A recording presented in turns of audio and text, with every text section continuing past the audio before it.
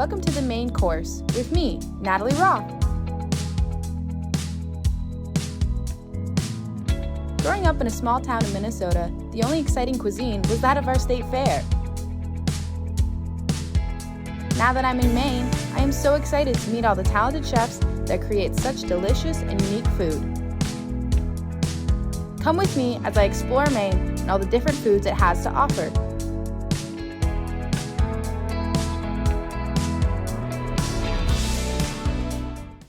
Hi, welcome to the Maine course with me, Natalie. We're here at Apres today in this beautiful building they have with Ryan and Sarah. How are you guys doing today? Great. Oh, great, thanks. I was wondering if we could just start off by asking how you guys came to be. You guys have this beautiful, gorgeous area. You know, how long have you been here? How did it start? My business partner Mike and I are, I'll call it ski buddies, and over the years had some conversations on the chairlift. He's not a big beer person. I am, and have another business that's related to beer. So he sort of complained that there's not enough cider in Maine for quite a while, and we always had this long-running joke of let's start a cider place.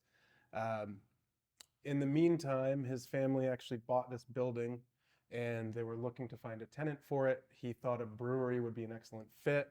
So we kind of tossed around who might come in, who would fit. Then COVID happened and our chairlift conversation got a little more serious to be, hey, why don't we do something? So from that turned into the real idea of let's do a business model around not just cider, but hard seltzer was added as well. So we did it and we opened last July, a little later than anticipated, but opened I think July 10th or so and have been going at it since. Dang, that sounds great though. I love when those casual conversations can turn into something like this. So could you tell me a little bit about the process of making your seltzers and your brews and everything? Is everything here done in-house or do you guys send it off, ship it in? What's the deal with that? So I can take this one. So we are technically a distillery and a winery. We have a bifurcated process. We ferment our hard cider in-house. Similar process to beer. We take raw apple, must they call it, and then we add yeast in over the period of weeks and months. It ferments naturally on its own with a little bit of help, and it turns into hard cider. Seltzer, because we're a distillery, we make it in a fundamentally different way than most everybody else. Seltzer is often fermented sugar product. We're using real alcohol, real fruit, and it winds up being a really clean, really natural, really beautiful end result. That's good. And yes, it is all made in this building behind the wall over there. Okay, wow, very interesting. And where do those inspirations for all the flavors? I mean, you have that fridge stocked full. I was trying to read all the ones, and I was just wondering if you guys thought of all those or if you guys take your inspiration from somewhere else. It's pretty collaborative. It's super collaborative. We have a really talented head of production who also comes from beer. And I think for us, it's kind of like an exploratory process in food science. So, I mean, we take inspiration from everything. We really try to hone in our releases to seasonality using fresh ingredients when they're at their best, and really try to release products when they are the most impactful, you know, so fall flavors in fall and, you know, beautiful summer fruits in summer. Some of it is inspired by classics. Right now, we just released a product called Rainier, which is a tart cherry and lime hard seltzer. Cherry and lime's a classic combo. It's super delicious. It's not one of our more like wild or necessarily creative flavors, but it's a pairing that is timeless. And then, you know, conversely, sometimes we get really experimental, and one of my favorites is a product called Tangelo, which is a tangerine grapefruit hybrid made with pink peppercorns, which sounds wild, but it is so good. I've never heard of pink peppercorns. I'll have to try it. Do you have a favorite? I have to ask now. That's actually one of them. Mine is probably Pine Ricky, Okay. which is lemon lime pine, and the pine is actually from Maine. We harvest it actually at my farm. Oh, So cool. there's a nice little local flair to that as well. So do you guys keep an eye on the sustainability part? It sounds like you get a lot of your ingredients from around here or stay in Maine, at least I hope. As much as possible. That's great. It's important to us to pull from where we are. We think that the drinks would be less meaningful, you know, if it was all sourced from everywhere. So sustainability is important, local is important, fresh is important. Definitely. And I've heard that you guys kind of touch on this is a place that everybody can come to. You guys have this nice vibe going. It's very cozy. You invite everybody, but even your prices, I hear that are made so that everybody can enjoy one. It's nothing too crazy that some places are in the city has. Yeah, that was really important to us. In fact, the name Apres, however you'd like to pronounce it, those are the only two allowed. Mike and I being ski buddies, we really love that, that after ski environment where everybody goes to the bar and it really doesn't matter who you are, what you're doing, or anything in life. You're all happy and it's like you went on this little mini vacation without really going anywhere. Yeah, definitely. It's like a staycation. Absolutely. I think the space should be egalitarian. Everybody should feel safe. Everybody should feel welcome. We wanted it to be comfortable and interesting, and it really isn't for only folks who can afford, the best of the best. It's for folks who want to try something new and have a nice time and maybe meet new people. Definitely. So speaking of, you guys hold some events here. I see that your bar is painted pink. Could you tell me a little bit more about the efforts you guys are doing? You guys are holding a month-long charity event, it sounds like. Please. Ooh, okay. We are. From the beginning, we always had a desire to involve the community and fundraising and whatever we can do to help. This month in particular, we are doing a benefit for Foundation for Love, which is an organization that helps patients going through cancer treatment in a variety of different ways. So we've not just painted the bar pink, but we did a special release flavor, a raspberry black tea with a nice bright pink can and some logos and verbiage around what the foundation does. So in addition to that, that's bringing in money for them this month. We're also doing what do we call it?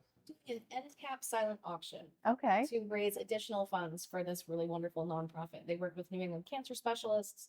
They give back, to folks and really contribute to quality of life in some really trying times. I think cancer touches all of us. So a month-long initiative with an end party. We're going to be sourcing items from our community and other like-minded businesses and raising more money for these really wonderful folks who spend their time giving back as much as possible. That's super awesome to hear. I mean, the involvement in the community, I think, is very important and makes you guys unique, almost makes you stand out a bit more. Where do you guys draw inspiration from that? I mean, how do you choose what charities to do, how to fundraise and all that? Do you guys have a coordinator or anything that helps? We do not have a coordinator. I think for us, please jump in. I think for us, we are passionate people. And if we could give to everything at once, we would try. But for us, I think it is about picking charities in a strategic fashion that allow us to give back as much as possible with kind of what's on our mind. So last April for Earth Day, we partnered with Portland Trails. Ryan's a skier, I'm a skier, Mike is a skier. Conservation is hugely important to us. The beauty of Maine is hugely important to us. So we partnered with Portland Trails, which is a nonprofit that manages over 70, I think, miles, maybe acres of trail space in the greater Portland area. Wow. They're wonderful people, and it's something that we wanted to do to raise money where we could. So I think we take it on a case-by-case basis, but for the most part, it's what is meaningful and happening to us right now. Yeah, and I think it probably a local connection, so we're more likely to fall in line with people we know or that are in the neighborhood or around here rather than a big national organization in some way. I think we get a little more out of it in the fact that they can actually come here, be a part of what's going on and help in those efforts as well. You see where the effort and the money goes, and you get to see the people who it impacts, and that's incredibly important to us. For sure, for sure. Well, that's amazing. I'm glad you guys are doing such great work. I mean, I really think it leaves an impact on Portland and helps you guys grow as a business. I was just wondering, what do you guys seem to be wanting to do in the next few years? I mean, you guys have just started out. Sounds like you guys are pretty brand new, but making your mark just as fast. Where do you think Apres is going to go in the next few years? So we have a lot of hopes and desires. It thankfully has been very successful so far. So that is important to us. Sort of how do we, keep this beautiful thing we've created here, but also take that other places, or whether that's the product going to other places or maybe mimicking this room in other places. So both of those are certainly on the table and likely. We've had great traction on not just the product but the experience of being here. So we think we would like to really leverage that and go further with it. Definitely. Do you guys have any of your product in grocery stores or anything around in Portland? Or can they only get it here? We do a select amount of distribution in the Portland area for now. Okay. But we do like to get out. We are outdoorsy people, so we're looking really hard at the mountains this winter. Oh. We think Apres is designed to go in tandem with outdoor recreation and an active lifestyle. Wherever you go, we want to go with you. So even though we're only a year and a half old, we are trying to grow sustainably, organically. We're keeping it select for now, and we're realizing that we don't make enough product to suit the amount of folks who want it. So we're in the process of scaling up our production as much as humanly possible in order to really iterate those goals. But for now, we're partnered with some really wonderful places in Portland, folks who specialize in craft beverage. RSVP has been wonderful. Bow Street has been wonderful. Hilltop Supret. So if you look, you can find our products. But if you're looking for every release, this is the place. This is the place to be, it sounds like.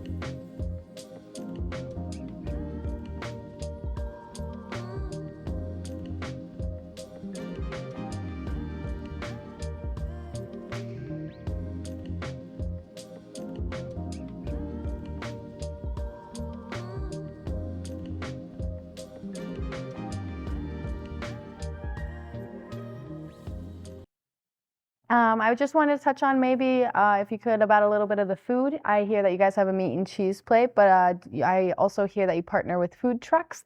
We are not a restaurant. It's not what we're best at. It's not what we're good at. So we carry high-end charcuterie options to make sure that folks can have something while they're here at any given time. We make it ourselves. We curate our ingredients. We really do love nice, tasty things. But because we're not a full kitchen, we wind up partnering with Portland's talented, diverse culinary scene. And it's a real privilege to be able to work with folks who are so good at what they do. And we've been fortunate. We've had a real smorgasbord of everything you could imagine, from sushi to tacos to Korean inspired tacos. We pair with an Indian street food pop-up from time to time. It's been great. And I actually think our guests, our customer base, are more excited by the diversity than if we just did our own. Oh, yeah. Single. Yeah, and Mike admittedly has a major passion for cheese plates. So he makes some incredible, best in the town, I hear. Okay, wow, I'll have to try one myself. I wanted to ask about the design of the space. The space is beautifully curated with these amazing booths we were just talking about. Could you tell me a little bit more about who designed, if you guys put your own personal touches in, anything that I should be on the lookout for that maybe most people miss? Yeah. So this look and feel was really important to us from the beginning. We love brewery tasting rooms. They're great. I love hanging out at them. But we wanted something a little bit different. A little higher end, but not crazy high end, right? So just a slightly different feel. Design wise, we brought on Susie, who was actually a high school very good friend of Mike's and had moved back to Maine, and brought her in to help us kind of go through some design and some color choices and furniture choices and things like that. To your other point of the question, there are some cool things here. So we actually repurposed quite a few things from this original building. Oh, wow. What you see now did not look like this. It's kind of an ugly, old, plain industrial building. It was a tuna can. It was a It's tuna what it- can. it's what it- I like that Yeah, reference. so the underside of the bar, which we painted pink for this month, is actually siding that was on the front of the building. Oh, cool.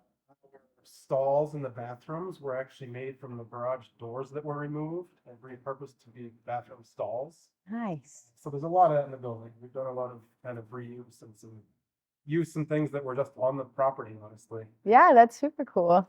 Mike, Brand, and Susie, I think, had a real mind for making something that was just a little bit glamorous, a little bit more than what people were used to, but making sure that the design was sustainable and true to the integrity of the building itself. You know, the ceiling is really as is.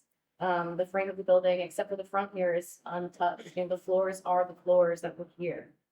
So the idea was to build upon an existing and already wonderful and unique structure. What was the word we came up with? Industrial. Chic. Industrial chic, industrial glamour.